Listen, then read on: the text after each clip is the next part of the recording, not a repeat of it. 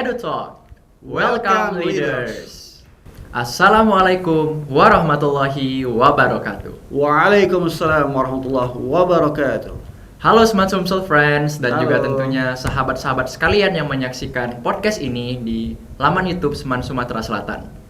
Nah, mungkin kita sering bertanya-tanya, apakah bulan Ramadan itu cuma tentang menahan haus dan lapar atau bahkan lebih daripada hal itu? Faktanya, di bulan Ramadan ada salah satu peristiwa yang sangat penting di dalam kehidupan umat manusia. Peristiwa di mana pedoman hidup turun di bulan yang suci ini, atau istilahnya biasa kita sebut dengan Nuzulul Quran. Maka daripada itu, pada momen yang spesial ini kita akan mengetahui apakah korelasi dan juga apakah tentunya relevansi daripada peristiwa ini dalam kehidupan kita sehari-hari. Apakah ini hanya tentang seperti formalitas belaka yang biasa kita lakukan di masjid atau di sekolah-sekolah, atau justru ini memiliki suatu dampak yang besar bagi kehidupan kita sehari-hari. Maka daripada itu, mari kita langsung saja kepada pembahasannya. Namun sebelum itu, saya mau nanya nih, kira-kira penonton sekalian gimana puasanya nih? Udah pada bolong belum? Atau udah pada mokel belum nih? Moga-moga jangan ya Pak ya. Aman, insyaallah. Semoga tetap aman puasanya. Oke, perkenalkan, nama saya adalah Hani Satipa. Saya merupakan siswa dari kelas 11-4 di SMA Negeri Sumatera Selatan. Kali ini saya tidak sendiri. Di momen yang spesial ini, saya ditemani dengan salah satu guru agama Islam di SMA Negeri Sumatera Selatan, yang tentunya sangat-sangat master nih dalam hal-hal yang berkaitan dengan nuzulul Quran dan lain sebagainya. Nah, mari kita sapa. Halo Pak Madi, Assalamualaikum Pak. Halo juga, waalaikumsalam Nandi. Nah Pak, gimana nih Pak kabarnya Pak? Alhamdulillah baik. Nandi gimana kabarnya? Sehat Pak? Alhamdulillah. Sama seperti Bapak. Nah Pak, sebelum kita lanjut nih, Landi punya pertanyaan khusus untuk Bapak. Boleh, siap. Apa yang ngebedain Ramadan di tahun ini sama di tahun sebelumnya nih Pak? Oke. Yang jelas berbedanya untuk aura dunia ya. Jadi ketika sekarang case-nya itu Iran versus Israel dan USA ya tentunya. Kalau yang kemarin aman-aman saja ya, tidak ada impact baik mungkin skop regional apalagi skop dunia terkait dengan kondisi perminyakan ya. Nah, kemudian secara umum yang jelas khusus untuk saya pribadi ya, Landi. Jadi untuk di tahun ini sepertinya dan mudah-mudahan lebih bermakna daripada tahun sebelumnya. Mudah-mudahan. Oh, jadi walau tahun berganti dan juga tentunya banyak hal yang terjadi di tiap tahunnya, Ramadan akan selalu membawa makna khusus ya Pak ya, bagi tiap-tiap hati kita. Dan tentunya harapan kita bersama-sama setiap tahunnya tentunya akan ada peningkatan-peningkatan yang lebih baik untuk diri kita masing-masing dalam menjalani ibadah puasa di bulan Ramadan ini ya Pak ya. Iya, amin. Nah Pak, pada momen ini tentunya jadi main topik kita itu adalah Nuzulul Quran itu sendiri.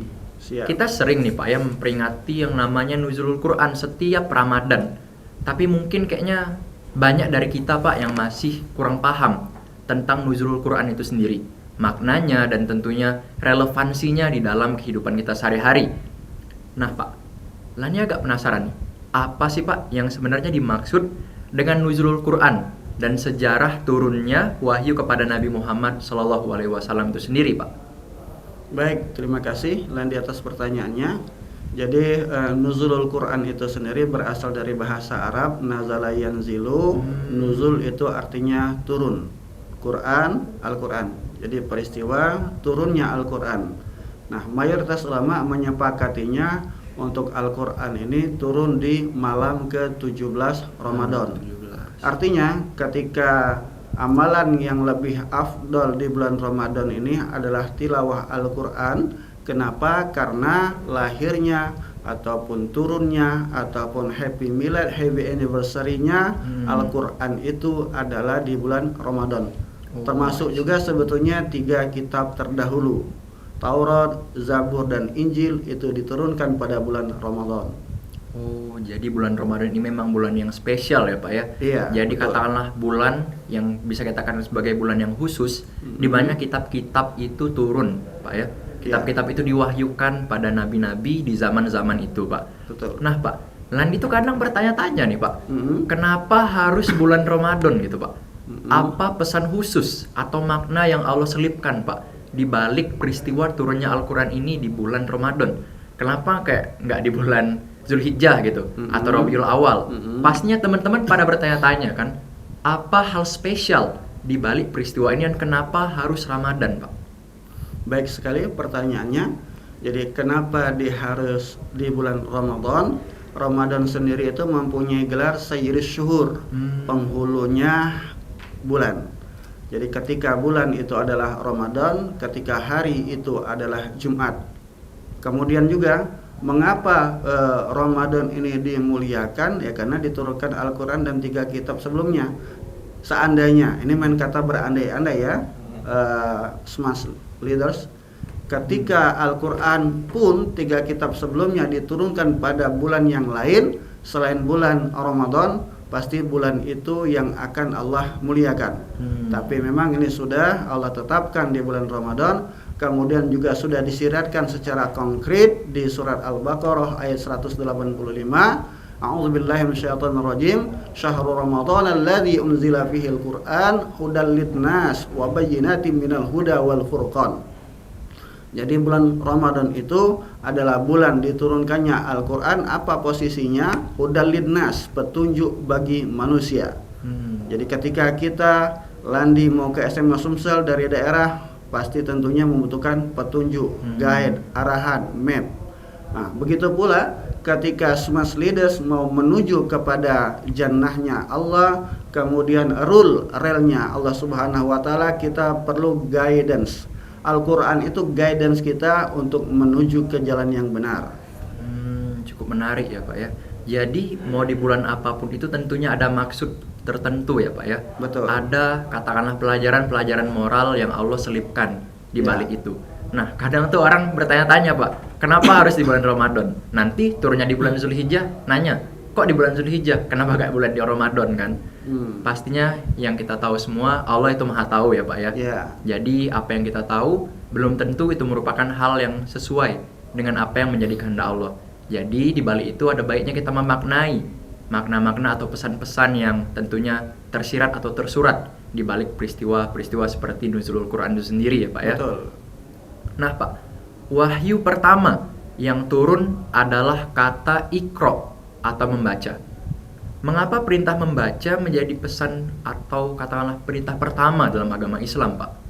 Ya, sebetulnya ketika dari sisi bahasa, Iqra itu artinya bacalah, fi'lul amri, kalimat perintah.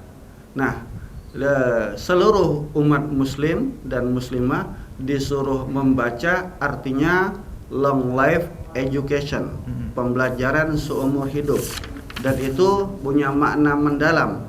Apabila seandainya misal Allah menurunkan wahyu pertama adalah ya, kul, makanlah, otomatis manusia pikirannya hanya selalu perut dan perut.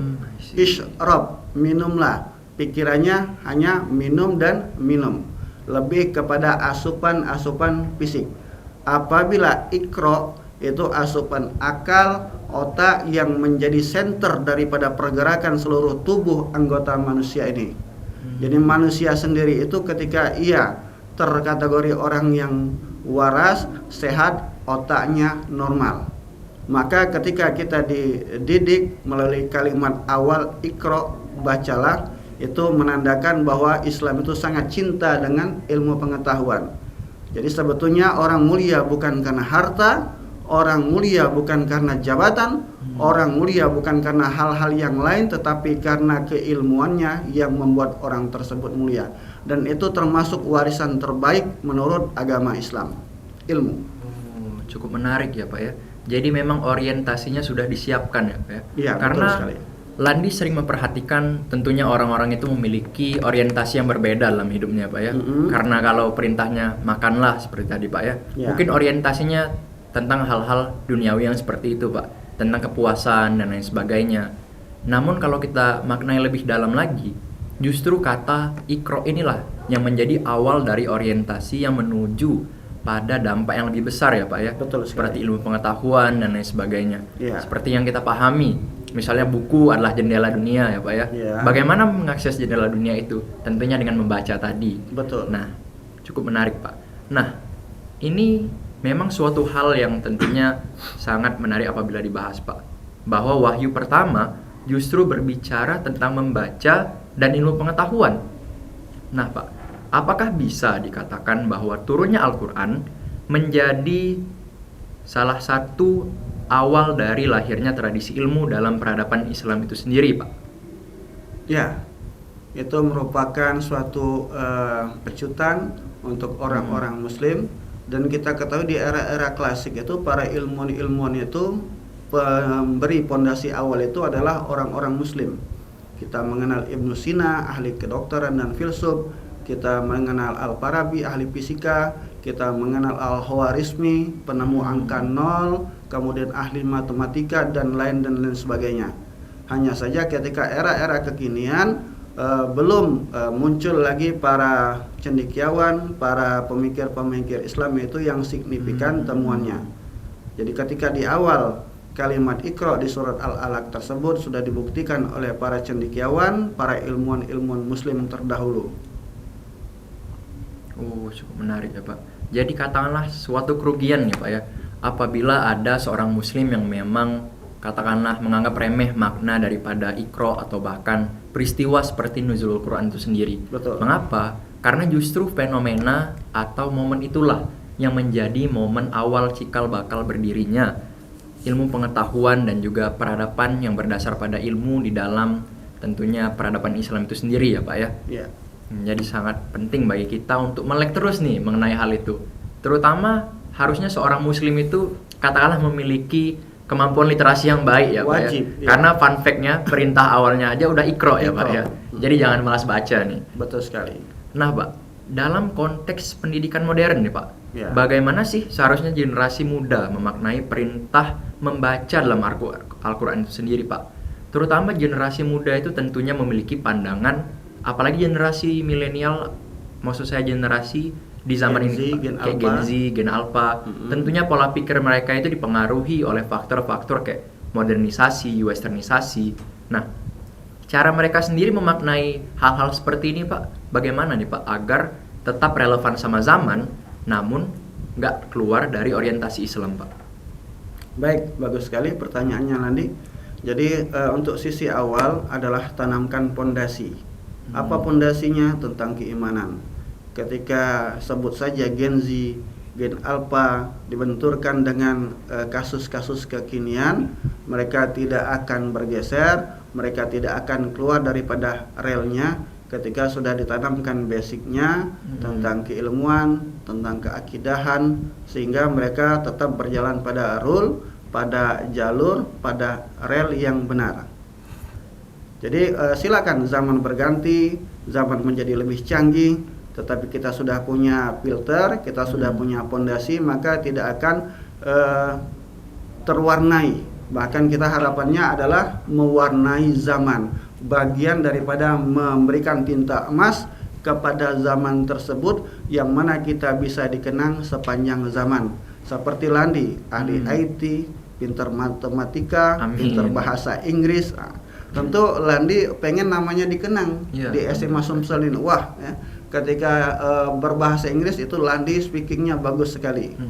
Nah, pun ketika Landi mengikuti perlombaan skala internasional, tetap saja ikut lomba jalan, sholatnya, ibadahnya tetap juga jalan. Artinya apa? Kita ya tidak tergerus oleh zaman, tetap sesuai rule, dan kita yakin dan percaya aturan Islam itu sudah holistik, menyeluruh dari manusia bangun tidur sampai tidur lagi. Jadi ketika sudah terkorelasi pada rundown kehidupan seperti itu, artinya kita sebagai seorang muslim harus tambah yakin ya, biarlah zaman itu menjadi lebih canggih. Mungkin ketika sekarang sudah bisa video call, bisa jadi for the next time, apalagi kecanggihan-kecanggihan yang akan ditunjukkan oleh dunia ini. Jadi itu. Jadi memang pendidikan dini Pak ya, terutama tentang agama itu sangat perlu, apalagi diri generasi muda sekarang ini ya Pak ya. Betul sekali. Nah, ada quote nih Pak. Hmm. Dunia boleh dikejar, tapi akhirat jangan ditinggal. Good. Karena walau hal sederhana Pak ya, ngomongnya aja mudah. Namun seringkali, termasuk diri kita sendiri kadang masih melupakan implementasi dari hal tersebut ya Pak ya. Nah, jika dikaitkan dengan dunia pendidikan hari ini Pak, Ya. apa pesan Al-Quran bagi pelajar agar menjadi generasi yang berilmu sekaligus berakhlak? Karena banyak yang Lani perhatiin nih Pak, pelajar-pelajar itu memiliki tentunya orientasi atau ketertarikannya masing-masing. Ada yang merasa bahwa ilmu lebih tinggi daripada adab, ada yang merasa sebaliknya, atau bahkan fokus pada satu variabel sampai variabel lain ditinggalkan nih Pak. Dan kalau setahu Lani sendiri, di Islam itu ada yang namanya al-adabu fauqal ilmu ya Pak ya.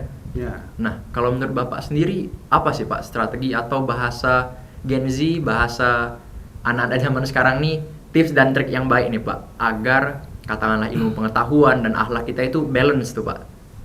Ya. Jadi kita harus paham satu pesannya Imam Malik. Imam Malik ini adalah gurunya Imam Syafi'i, bahwa adab itu di atas ilmu. Kemudian kita ketahui juga di surat Al-Mujadalah ayat ke-11 yang berbunyi A'udzubillahi minasyaitonirrajim, yarfa'illahu alladhina amanu minkum walladzina utul ilma darajat wallahu bima ta'maluna khabir. Bahwa Allah Subhanahu wa taala itu akan mengangkat dua golongan, dua kelompok. Satu orang yang beriman, yang kedua orang yang berilmu. Artinya jika mau hidup bahagia, ingin sukses ya, maka yang dua ini harus dikedepankan. Dia seorang yang beriman, dia berilmu. Kemudian disebutkan idza arada dunya fa'alaihi bil ilmi wa idza arada al akhirah fa'alaihi bil ilmi wa idza aradahuma fa'alaihi bil ilmi. Jadi tipsnya itu ketika ingin sukses, ingin bahagia itu harus punya ilmu. Ingin sukses di dunia, punya ilmunya. Kalau bahasa Palembangnya itu ada selanya, ya. Ada selanya. Iya. Iya, ya. Kalau untuk sukses akhirat pun ada ilmunya. Mau sukses dunia dan di akhirat tentu ada ilmunya. Makanya untuk tradisi keilmuan ini wabil khusus di SMA Negeri Sumatera Selatan itu mulai dari kelas 10 sudah kita bina literasi, kemudian one week one book, satu pekan satu buku. Pun juga ketika di bulan Ramadan ini kita memberikan support kepada anak-anak yang khatam Al-Quran, nanti insya Allah akan diberikan reward, penghargaan. Artinya apa? Trik dan tipsnya itu adalah semangat keilmuan itu sebetulnya muncul dari sisi internal. Ketika internal sudah muncul, apapun penghalang dari sisi eksternal itu akan tetap lanjut. Semisal Landi bersekolah di SMA Negeri Sumatera Selatan, goalnya apa? Paling tidak diantaranya ingin membahagiakan kedua orang tua. Dan itu ya suatu goal yang sangat mulia bagi seorang anak ya. Nah, ketika goal itu sudah dihujamkan, diazamkan di dalam hatinya, dia akan mengikuti rule, akan mengikuti aturan, akan mengikuti ketentuan untuk bisa sukses di SMA Sumsel. Ya.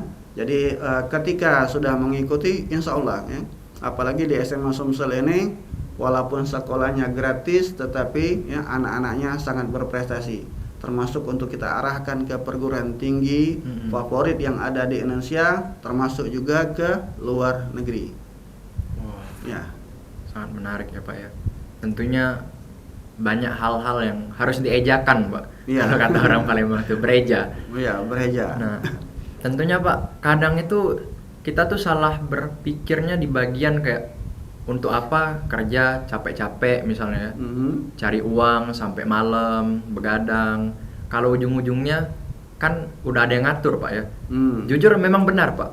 Kalau saya sendiri berpendapat bahwa memang rezeki sudah diatur oleh Allah Subhanahu wa taala. Ya. Namun bukan berarti usaha untuk menjemput rezeki itu harus kita tiadakan, Pak. Karena terkadang ada salah satu kesalahan berpikir yang memang banyak dijumpai nih Pak ya di masyarakat, di mana orang-orang itu mungkin fokusnya pada ibadah. Memang baik.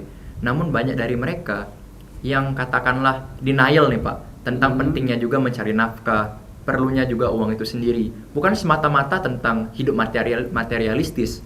Namun kan yang namanya uang juga dibutuhkan Pak dalam kehidupan sehari-hari atau bahkan menolong sesama nih Pak. Oke, that's right. Ya, kita ini masih hidup di dunia. Hmm. Dunia darul masalah. Dunia itu rumah ataupun tempatnya masalah. Logikanya memang rezeki sudah Allah gariskan untuk Landi mungkin ketika wafat nanti di usia keberapa, dan itu catatan bahwa rezeki untuk Landi sudah selesai habis. Nah, terkorelasi dengan ikhtiar. Contoh handphone ini sudah saya belinya, sudah bawa ke sini. Kalau seandainya tidak ada ikhtiar, usaha saya untuk mengambilnya pakai tangan saya, menyimpannya mungkin ke dalam saku dan ke tempat yang lainnya, otomatis HP ini akan tetap tertinggal di ruangan ini. Artinya ketika tertinggal di ruangan ini bisa berkemungkinan akan menjadi milik orang lain. Tetapi kalau di SMA Negeri Sumatera Selatan, insya Allah ini akan kembali lagi ke ampunya. Aman. Ya, High aman. protection. Insya Allah high protection ya. Jadi ya kita harus paham ya. Jadi ketika masih hidup di dunia harus ada ikhtiar, harus ada usaha ya. Beda kalau di akhirat, ketika terdetik saja Landi mau kepengen anggur langsung muncul. Mau kopi yang paling mahal muncul. Kalau di dunia instan ya. Dunia harus usaha dulu. Pun sudah dapat, ya di situ juga masalah. Sudah punya handphone ya. Nah, misalkan ketika di luar area yang tidak ada wifi-nya, entah di rumah entah di sekolah, masih butuh beli kuota. Kalau nggak ada uang, masalah. Ya, sudah terbeli handphonenya, sudah terbeli kuotanya, ternyata ke daerah dusun perdusunan, ternyata sinyalnya nggak ada sinyal kan. Nah, jadi memang udah setiap tahapan-tahapan di dunia itu penuh dengan masalah. Kemudian tentunya ya dua sisi ini, dari sisi untuk kepahalaan atau ukhrawi bahasanya, dari sisi duniawi ikhtiar harus balance, harus ada semua. Jadi ketika Rasulullah pernah melihat dan mendengarkan statement sahabat, ya Rasulullah, saya tidak akan menikah, saya ingin fokus ibadah. Ya, kata Rasulullah, engkau melihat saya, ya, saya menikah. Makanya hadis Rasulullah itu menyebutkan an-nikahu sunnati faman raghiba an sunnati falaysa minni. Nikah itu guys sunnah Rasulullah. Siapa yang tidak mau menikah maka bukan golonganku. Dan nikah itu sendiri adalah bagian daripada ibadah terpanjang. Ya. Kalau sholat isya mungkin hanya durasinya 10 menit. Sholat tahajud mungkin katakanlah lama karena sampai 12 rakaat paling setengah jam. Tergantung surat. Ya, yang dibaca. Jadi ketika menikah, Rasulullah menikah, iya. Ya. Rasulullah bekerja, iya. Tidak dia berdoa saja. Walaupun doa beliau itu langsung Allah ijabah, Allah jawab. Ya, beliau tetap bekerja. Kita kalau ketika di usia-usia masih kecil, beliau pengembala kambing. Kemudian ketika berikutnya beliau berdagang mengikuti Siti Khadijah ke Syam dan lain sebagainya. Ya. Jadi artinya apa? Ya, walaupun sudah punya istilah bahasa Palembang oncak doa yang pasti Allah kabulkan, ya, tapi beliau tetap ikhtiar, tetap usaha. Nah disinilah kita mengambil contohnya, smart leaders, ya. Jadi di sini kita mengambil contoh, beliau adalah suri tauladan panutan kita untuk menggapai sukses di dunia pun termasuk menggapai sukses di akhirat. Itu. Berarti ada yang namanya tawakal harus didampingi dengan ikhtiar ya Pak ya? Iya betul. Jadi kita langsung nih Pak ke sesi segmen jawab cepat nih Pak. Saya akan memberikan beberapa pertanyaan singkat nih Pak. Bapak boleh menjawab secara ringkas setelah saya bacakan pertanyaannya. Yang pertama, nuzulul Quran terjadi pada malam apa? Ya, 17 Ramadan. 17 Ramadan. Pesan utama dari kata Iqra, membaca atau memahami? Kalau secara bahasa, bacalah. Kalau secara istilah, memahami. Yang jelas pemaknanya lebih luas. Oke. Mana yang lebih utama nih Pak? Membaca Al-Quran atau memahami maknanya? Kalau berdasarkan hadis adalah membaca. Disebutkan Iqra'ul Quran fa innahu ya'ti yaumal qiyamah syafi'an li ashabi. Bacalah Al-Quran, dia nanti pada hari akhir akan memberikan syafaat pada ashab. Ashab itu jamak dari sahibun. Sahibun mufrad, sahibani musanna, ashabun jamak. Jadi para sahabat-sahabatnya. Nah, ketika untuk memahami jelas tentunya ini pengembangan daripada membaca. Oh, sangat menarik ya Pak. Karena apabila saya perhatiin juga Pak, dinamika kehidupan akhir-akhir ini atau bahkan memang dari dulu ya Pak ya, banyak orang itu berfokus pada membaca Pak. Mungkin kendala yang mereka alami kayak mereka nggak bisa memahami bahasa Arab ya Pak ya. Jadi mereka bisa membacanya, namun tidak bisa memahami artinya. Mungkin memang nggak ada kendala bahasa di situ. Namun di sisi lain, melihat kemudahan di zaman seperti ini, seperti ada transliterasi atau bahkan kita bisa belajar bahasa Arab, itu menunjukkan bahwa membaca itu penting. Namun di balik itu, memahami makna dari apa yang kita baca itu tentunya tidak kalah penting ya Pak ya. Ya. Ya, Jadi memang tahapan pembelajaran itu yang pertama membaca. Ketika sudah menggapai atau memperoleh tahapan membaca, ditingkatkan memahami, mentadabburi kalau bahasa agamanya, dan goalnya adalah mengaplikasikannya dari bacaan Al-Quran tersebut di kehidupan sehari-hari. Kita sedang berusaha, Landi berusaha, saya berusaha, semua student, teaching and non-teaching staff juga berusaha untuk mengaplikasikan isi daripada Al-Quran tersebut. Harus selalu ada improvement ya Pak ya. Harus. Ya. Nah, jika dilihat nih Pak dari generasi muda hari ini kondisinya, yang hidup di era digital, di mana informasi itu bisa menyebar dengan sangat mudah, akses ke informasi juga sangat mudah. Tentu tantangannya sangat berbeda Pak ya dengan masa lalu. Tentunya memiliki kelebihan dan kekurangannya masing-masing, namun tentunya tantangannya itu sangat berbeda nih Pak. Betul. Menurut Bapak nih Pak, mengapa generasi muda hari ini perlu memahami makna yang namanya nuzulul Quran secara mendalam Pak? Jadi nggak cuma hadir buat kajian, hadir pas misalnya ada event, namun benar-benar dengan sepenuh hati memahami maknanya Pak. Ya. Jadi ketika kita menghadiri nuzulul Quran tersebut, itu secara substansinya itu kita itu sedang menuntut ilmu, sedang belajar. Nah, harapannya ketika seseorang hadir, mendengarkan, menyimak, ada improve, ada upgrade pemahaman, ya. Jadi ketika dapat keilmuan tersebut, ya pepatah Arab menyebutkan al-ilmu bila amalin kasyajari bila samarin. Ilmu itu jika tidak diamalkan ibarat pohon yang tak berbuah. Artinya apa? Harapannya itu diamalkan supaya pohonnya bisa berbuah. Jadi memang konteksnya, ranahnya adalah menuntut ilmu secara umum. Harus dihidupi ya Pak ya.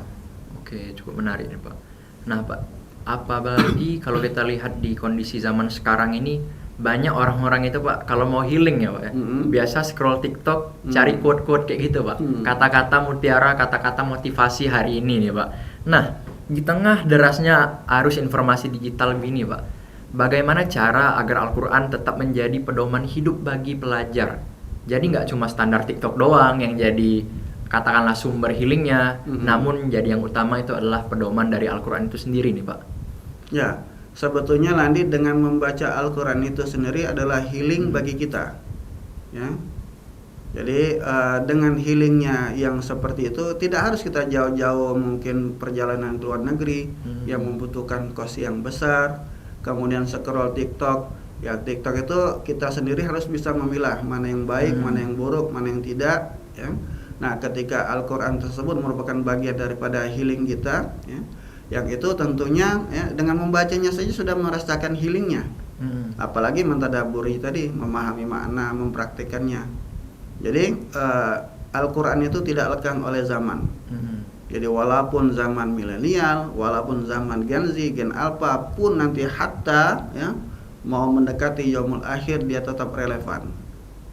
Makanya ya seseorang itu ketika dia ingin sukses, ya dekatlah dengan Al-Quran. Ketika ia merasa tentram, ala bizikrillah, az-zikri itu nama lain daripada Al-Quran. Ala bizikrillahi tatmainnul qulub. Maka hendaklah engkau ingat kepada Allah, maka hati kita itu akan menjadi tenang. Jadi healing yang substantif, langsung menyentuh ke hati, menjadi tenang.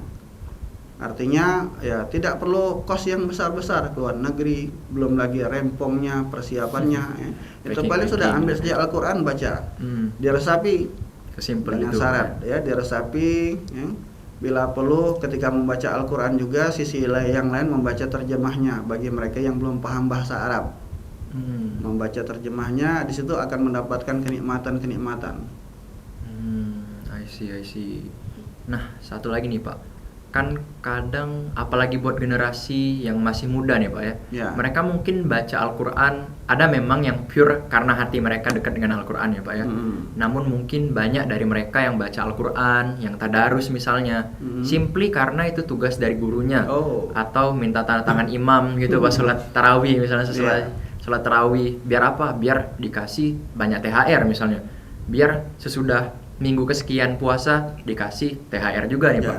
Nah, apa sih Pak cara efektif agar sebagai remaja yang katakanlah hati dan pikirannya itu banyak diisi oleh sumber-sumber lain nih Pak, terutama yang digital, bisa dengan sepenuhnya dekat dengan Al-Quran Pak. Jadi tidak hanya sebatas melakukan itu karena diperintah atau disuruh, tapi benar-benar kemauan hati, bahkan tanpa diperintah dan disuruh pun dilakukan Pak. Ya, jadi untuk tahapan remaja, kalau dari sisi pendidikan itu pendidikan pedagogik masih butuh arahan, ya. Jadi perlu diarahkan. Jadi tidak mengapa untuk tahap awal itu goalnya mungkin hanya untuk mendapatkan tanda tangan, nilai yang besar, bahkan mungkin dapat reward dari guru, dapat reward dari orang tua. Toh nanti ketika mereka sudah menuju ke pendidikan andragogik, pendidikan orang dewasa, akan muncul kesadaran sendiri. Artinya unsur tersebut muncul dari sisi internal, bukan eksternal. Jadi ketika eksternal tadi tidak ada reward, ya, tidak ada punishment dari guru, mungkin tidak melakukannya, ya. Nah, dan itu nggak apa-apa ketika masih usia-usia labil. Kalau bahasa secara umumnya itu masih mencari jati diri SMA ini, ya. Nanti in the future mereka akan menemukan jati dirinya sehingga mereka akan merasa berterima kasih. Terima kasih kepada guru-guru SMA Sumsel yang sudah mendrill saya, memotivasi saya, mensupport saya, sehingga saya merasakan begitu banyak manfaatnya sampai hari ini. Jadi memang tidak mengapa faktor eksternal dulu yang menjadi pendorong seseorang tersebut. Nanti ketika sudah sadar akan muncul faktor internal sendiri, terinternalisasikan dalam kehidupan orang tersebut masing-masing. Jadi kuncinya bisa jadi ada di tingkat kedewasaan seseorang Pak, dalam memaknai suatu peristiwa. Ya. Jadi mungkin karena tingkat kedewasaannya terutama dalam hal-hal agama itu masih harus dibina, masih harus kayak dimotivasi dulu, bisa jadi dengan reward, THR, atau bahkan katakanlah nilai yang tinggi. Itulah yang akhirnya akan jadi suatu pemantik Pak. Mereka akan belajar kenapa orang-orang benar-benar effort agar aku memahami ini, dan dari situ akan ada kayak suatu rasa ke-trigger gitu Pak, kalau kata anak zaman sekarang, ke-trigger buat belajar lebih jauh. Dan dari situlah bisa jadi suatu momen di mana hidayah itu akan datang, tergantung bagaimana kita memaknainya, dan tentunya tergantung tingkat kedewasaan kita sepanjang waktu itu sendiri ya Pak ya. Nah, selain untuk pelajaran, tentu Nuzulul Quran juga memiliki pesan penting bagi masyarakat secara luas ya Pak ya. Melalui Nuzulul Quran kita belajar bahwasanya peristiwa ini bukan cuma tentang event yang biasa kita lakukan di tiap Ramadan, event yang harus kita hadiri di masjid-masjid, di kelas-kelas, di sekolah-sekolah, namun memiliki makna yang lebih besar daripada itu. Nuzulul Quran yang terjadi pada bulan Ramadan, dan juga tentunya dengan rangkaian peristiwa yang terjadi, semuanya memang sudah dimaksudkan oleh Allah Subhanahu wa Ta'ala untuk terjadi agar menjadi suatu pedoman, suatu pengingat bahwa kita harus kembali kepada fitrah kita ya Pak ya. Kembali pada pedoman hidup yang Allah telah siapkan. Dalam menjalani hidup juga nggak peduli seberapa banyaknya arus perkembangan informasi yang dengan mudahnya datang, atau akses dengan mudah yang bisa kita dapatkan dengan informasi-informasi device-device yang ada. Tentunya pedoman-pedoman daripada Al-Quran itu tidak akan pernah lekang oleh zaman ya Pak ya. Mau seupdate apapun quote dari TikTok, itu gak bakal selamanya bertahan. Yang selamanya bertahan ialah kata-kata dan pedoman-pedoman dari Allah Subhanahu wa Ta'ala itu tadi, yang diturunkan melalui peristiwa Nuzulul Quran sampai pada akhir zaman, yang akan menjadi suatu pedoman hidup bagi tiap-tiap orang yang beriman kepadanya ya Pak ya. Nah Pak, mungkin sampai di sini saja obrolan seru dari kita pada kesempatan kali ini Pak. Sudah selesai ya? Iya Pak. Nggak kerasa ya Pak ya, saking enjoynya Pak ya. Terima kasih, syukron kasiran Pak atas waktu dan juga tentunya effort yang telah Bapak berikan untuk sesi podcast kita pada siang hari yang menjelang sore hari ini. Maka daripada itu, kami akhiri. Wassalamualaikum warahmatullahi wabarakatuh. Waalaikumsalam warahmatullahi wabarakatuh. Smans Edu Talk. Well done leaders.